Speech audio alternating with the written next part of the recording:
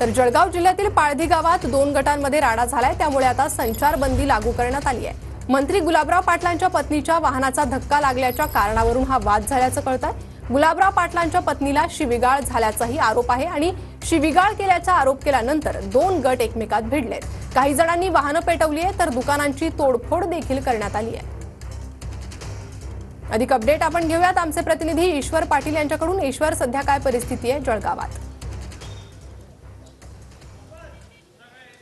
हा प्रणिता, या ठिकाणी काल रात्री जे आहे 2 गटातील अंतर्गत भांडणामुळे या ठिकाणी वाद झाला आणि या वादाचं पर्यवसन जे आहे ते जाळपोळपर्यंत पसरलं आणि पाळधी गावामध्ये जे आहे या ठिकाणी जे 2 गट होते ते समोरासमोर भिडल्यानंतर या ठिकाणी त्यांच्याकडून काही दुकानांची या ठिकाणी जाळपोळ करण्यात आली आणि त्यानंतर काही दुकानांची गावामध्ये जाऊन दगड त्या ठिकाणी तोडफोड सुद्धा करण्यात आली।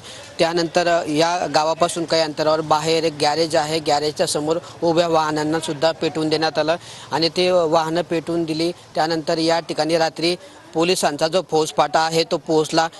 दंगा नियंत्रण पथकाच्या 3 ते 4 तुकड्या तसेच पोलिसांचा मोठा फौजफाटा या ठिकाणी तैनात आहे। रात्रीपासून पोलीस अधीक्षक, अप्पर पोलीस अधीक्षक या ठिकाणी ठाण म्हणून आहेत आणि प्रशासनाच्या वतीने या ठिकाणी शांतता राहावी म्हणून उद्या पहाटे 6 वाजेपर्यंत जे आहे संचारबंदीचे आदेश लागू करण्यात आलेले आहे आणि सध्या स्थितीमध्ये या ठिकाणी बंदोबस्त तैनात आहे। संचारबंदी लागू करण्यात आलेली आहे आणि गावामध्ये सध्या स्थितीमध्ये तणावपूर्ण शांतता आहे। अगदीच, त्यामुळे पोलिसांकडून खबरदारी घेतली जाते। ईश्वर, धन्यवाद सविस्तर माहितीसाठी।